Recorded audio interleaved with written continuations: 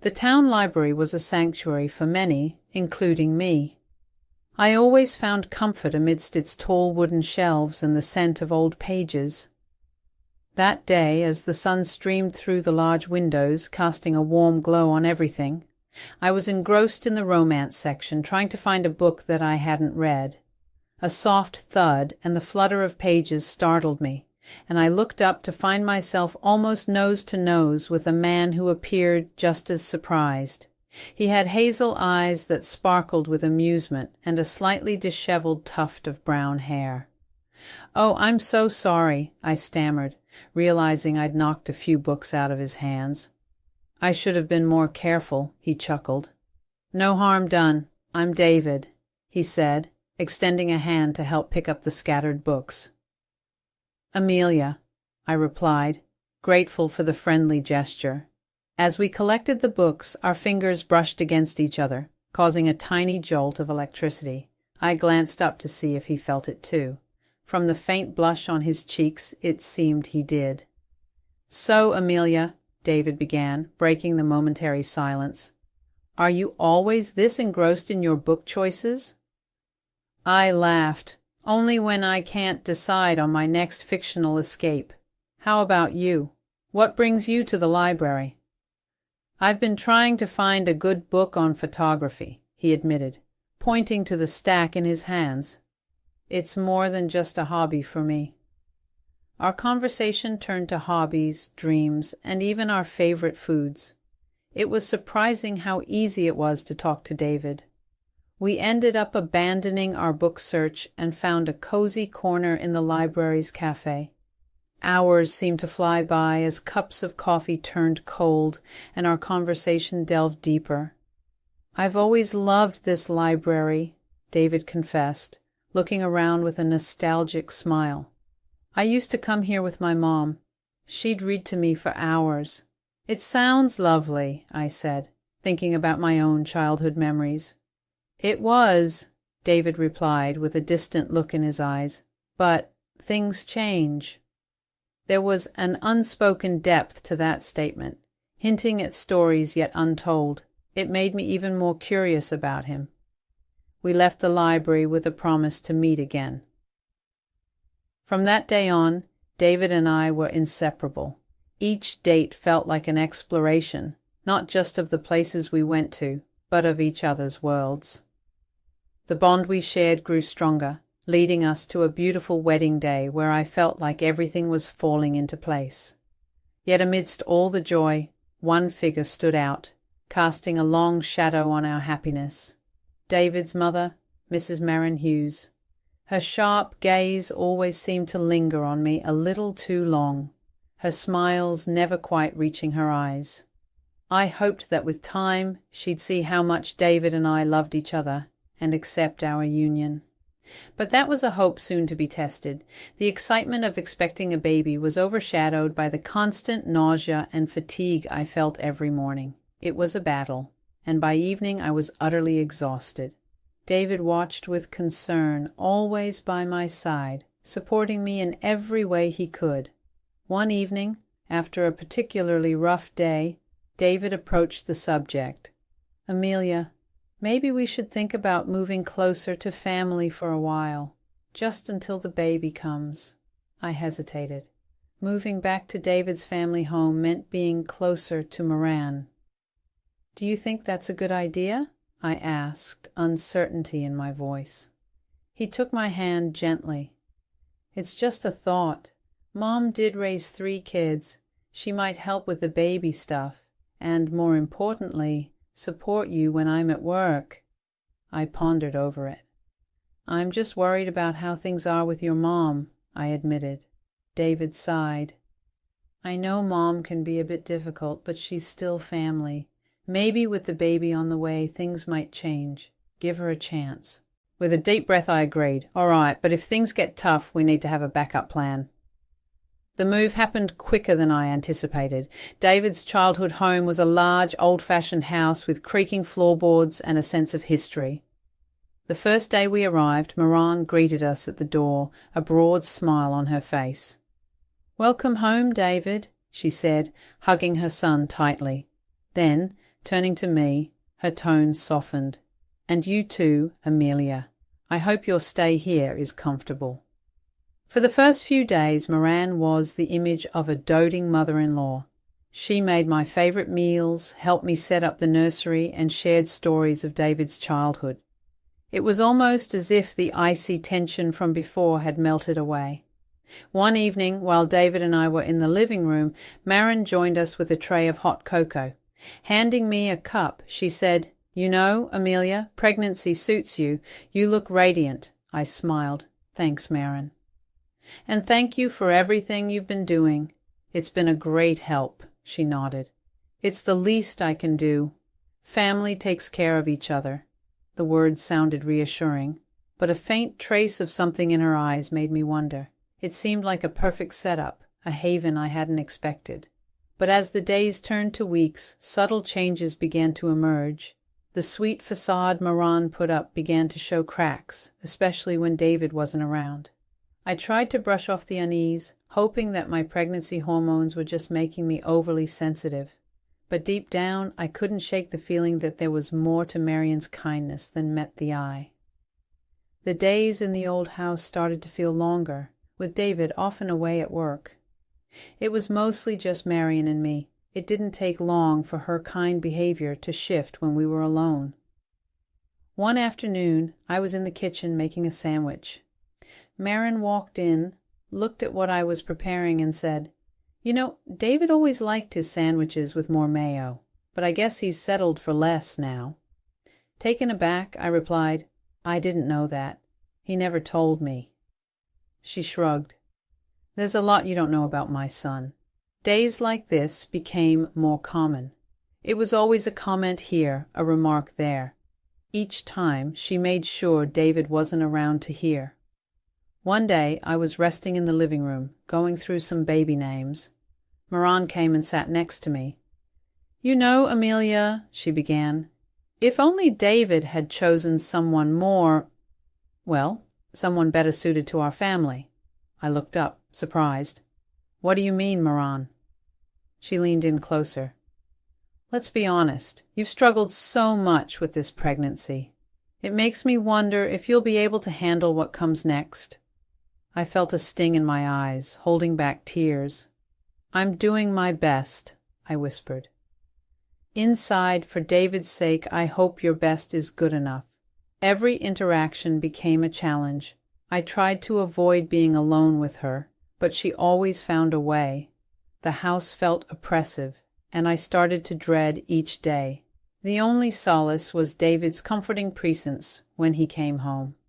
But even with him, I hesitated to speak up, fearing it might cause a rift between mother and son. Things got even more strained when David informed us of a business trip he had to take.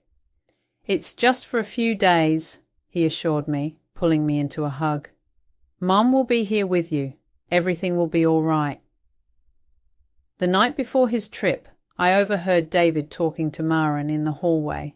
"Please, Mother," he said, his voice filled with concern, "promise me you'll take care of Amelia." Marian's voice was sugary sweet as she replied, "Of course, my dear. Don't you worry. I'll look after her." I went to bed that night with a heavy heart, sensing that the storm was far from over with David gone. The house's atmosphere grew thicker than ever.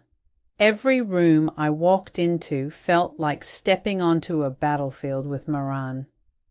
But as the days went by, I realized that I couldn't just keep dodging her verbal attacks. I needed to defend myself and maybe even counterattack.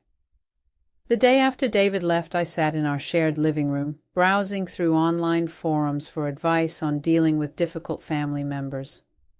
The consensus was clear, evidence was crucial. That's when the idea of the voice recorder struck me. If I could capture Marian's words, I could finally show David her true nature. The very next day, I made a trip to a local electronics store. As I was browsing through the different recorders available, a friendly store assistant approached. "Looking for something specific?" he asked. "Something that can record voice discreetly," I answered. He nodded, showing me a small device. This one's quite popular, easy to conceal, and clear audio quality. I bought it immediately, feeling like I'd acquired a shield against Moran. Upon returning home, I found Moran in the living room. She was going through a photo album, probably reminiscing about the past. "Ah, Amelia," she said without looking up, "come see these photos of David when he was young, so innocent and pure before all this." I sat down, my new recorder discreetly activated in my pocket. "He always speaks fondly of his childhood," I remarked, trying to keep the conversation neutral. She gave a half-smile. "Well, he had a mother who cared for him, who knew how to bring up a child properly, unlike some." I took a deep breath, attempting to stay calm. "I'm sure we all do our best for our loved ones, Maren," she scoffed. "Doing one's best and knowing what's best are two different things. I just hope my grandchild doesn't suffer due to your inexperience." I nodded, biting back a retort. "Thank you for the advice, Maren." Little did she know that every snide remark was being captured. The days dragged on, and I gathered more evidence. Simultaneously, I started searching for an escape plan, a place of my own where I could breathe. After a thorough search, I stumbled upon a quaint apartment nearby. It felt right, a sanctuary from Moran's constant onslaught. One evening, as I went over my recordings and thought about the apartment, I felt a surge of hope. This was more than just about standing up to Maren. It was about securing a peaceful future for my child and me. It was about ensuring David knew the truth. With renewed energy, I prepared for the days ahead, knowing they wouldn't be easy, but believing they'd be worth it. A few days had passed since David's departure. Despite my attempts to keep a distance, Moran seemed to be pushing harder, testing my limits. One particular evening, after dinner, she decided to bring up the topic of baby names. I was in the living room looking through a baby name book David had built for us. "Naming a child is a significant task," she began, settling herself on the sofa opposite me. "It should be done with care." I looked up, nodding. "David and I have a list we're considering, a few options." Maren tilted her head, her eyes sharp. "Well, let's hear them." Taking a deep breath, I began. "We're thinking of Lily if it's a girl, or Ethan if it's a boy." She rolled her eyes. "Lily sounds like a name for a pet, and Ethan, so common." I felt my cheeks heat up. "They're just options. We haven't decided." Maren leaned in, her voice cold. "You know, in our family, we have traditions. David was named after his grandfather. Maybe you should respect that instead of choosing random names from a book." Stung by her words, I replied, "David and I will name our child together. It's our decision." She stood up abruptly, knocking the book from my hands. "You're so ungrateful. I've tried to help, to guide you, but you're just bent on ruining my son's life, and that of my grandchild." I was taken aback. "Moran, I never asked for your help. All I wanted was some peace." With a mocking laugh, she retorted, "Peace? You think you deserve peace after everything you've done?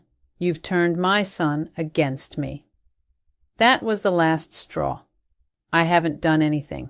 It's you who can't let go and let him live his life." Maren's face turned a deep shade of red. "You ungrateful wretch," she yelled, pointing towards the door. "Leave! I don't even want that child to be born."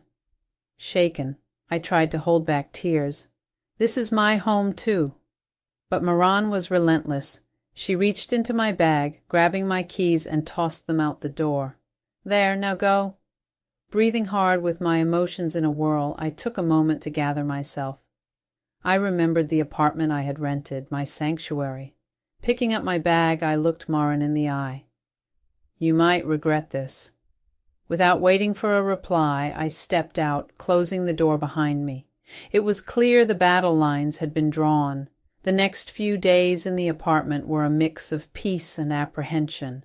I missed David terribly and worried about how he would react to everything once he returned. The day of David's return finally arrived. My phone buzzed with a message from him.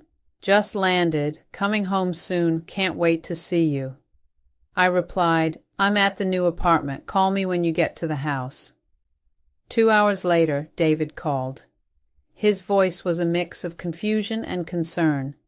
Amelia, why are you in an apartment? Where's all your stuff? Why aren't you home? I took a deep breath. David, there's a lot you need to know. After explaining everything from the voice recordings to the final confrontation with Moran, there was silence on the other end. I'll be there in 10 minutes, he said. When David arrived, I played him the recordings. His face turned from shock to anger with every word Marin spewed. I can't believe she said all those things to you. I'm so sorry, Amelia, he said, taking my hand. David, it's not your fault. I just couldn't stay there anymore.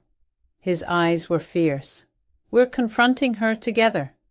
We drove back to the house, and as we entered, Moran was sitting in the living room, feigning surprise. David, welcome back. Where's Amelia? David's voice was ice cold. She's right here, and we've heard everything. Marin looked between us, trying to gauge the situation. I don't know what you're talking about. Without saying a word, David played one of the most damning recordings. Marin's face paled. When it ended, David's voice trembled with anger. How could you, Mother? She's carrying our child, your grandchild. Marin started crying. I just wanted the best for you. David shook his head. Your version of the best isn't what I want. Amelia and our baby are my family now. You need to respect that. Moran sobbed harder, trying to reach out to David, but he stepped back. I need some time away from all this. Taking my hand, David led me out of the house, and we drove back to the apartment. The rift between mother and son was evident, but in that moment our bond grew stronger. United against the deceit we had faced, the new apartment was a stark contrast to the opulence of the house we had left. It was cozy, with sunlight streaming in through large windows. There was something liberating about this modest space. It felt like the fresh start we desperately needed, a place where David and I could rebuild our life and prepare for the arrival of our baby without any dark clouds hanging over us. David and I spent the first few days setting things up. We transformed the second bedroom into a nursery, picking out neutral tones for the walls and assembling furniture piece by piece. As we painted the baby's room one afternoon, David said, You know, all things considered, this place feels more like home than the big house ever did. I smiled, dipping my brush into the paint. It does, doesn't it? It's smaller, but feels warmer. While putting up a shelf, David found a photo from our wedding day tucked inside a book. Look at us, he remarked, passing me the photograph. Our smiles radiated pure joy, blissfully unaware of the storms ahead. We've come a long way since then, I mused, placing the photo on the freshly painted shelf. But we've also grown stronger together. David wrapped an arm around me. I still feel guilty, Amelia. I thought going back to that house to my mother would be the solution. How wrong I was. I looked up at him. It's not your fault, David. We made that decision together, and now we're starting anew together. A few days later, an unexpected package arrived. No return address, but we recognized the handwriting. Inside was a meticulously knit baby blanket, soft to the touch, accompanied by a note. Reading it aloud, David's voice was filled with mixed emotions. I hope this can mend our relationship, Moran. We exchanged glances, both pondering the same question. Could things ever go back to the way they were? After a deep sigh, I said, It's a beautiful blanket, and I appreciate the effort. David nodded in understanding. I know. We need to protect our peace, our family. The past has shown us that. We were unified in our decision. Our focus was the life we were creating, the family we were building, and the love that remained unshakable. The baby's imminent arrival was our beacon of hope, and every corner of the apartment was a testament to that. We had carved out a sanctuary, distancing ourselves from past hurts and looking forward to a future filled with love and trust. Our new apartment became a symphony of baby cries and joyous laughter. Sophie, with her tufts of brown hair and curious hazel eyes reminiscent of David, was our pride and joy. The tough times we'd weathered seemed distant, like a storm that had passed, leaving only clear skies behind. David and I often found ourselves marveling at the little life we'd created. Late one night, as we were both up attending to a fussy Sophie, he looked at me with admiration. "You're incredible, you know. Getting through everything with Moran and now being such an amazing mum." I smiled, gently rocking Sophie. "We did it together, and look at what we have now." I gestured to our daughter, who was slowly drifting back to sleep. One Sunday afternoon, as Sophie played on her mat, David proposed a little outing. "How about a trip to the library tomorrow? It's where our story began. I think it's time Sophie knows that place." I nodded in agreement. "Sounds perfect. We can make it a family tradition." The next day, the library greeted us with its familiar silence. We showed Sophie the very spot where we had met. David, holding her little hand, whispered, "This is where I met your mom, where our family story began."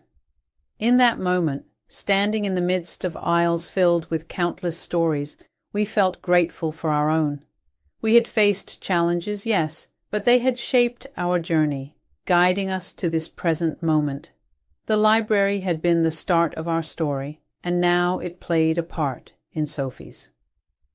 As days turned into weeks and weeks into months, life continued its rhythm.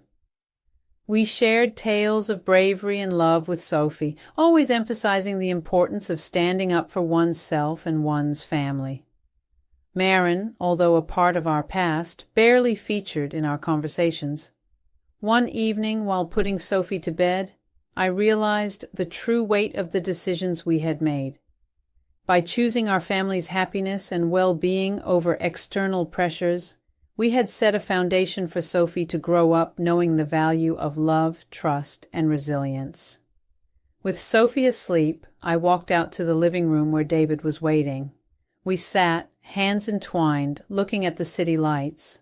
The world outside held challenges and uncertainties, but in our little apartment there was only warmth, love, and the promise of many tomorrows.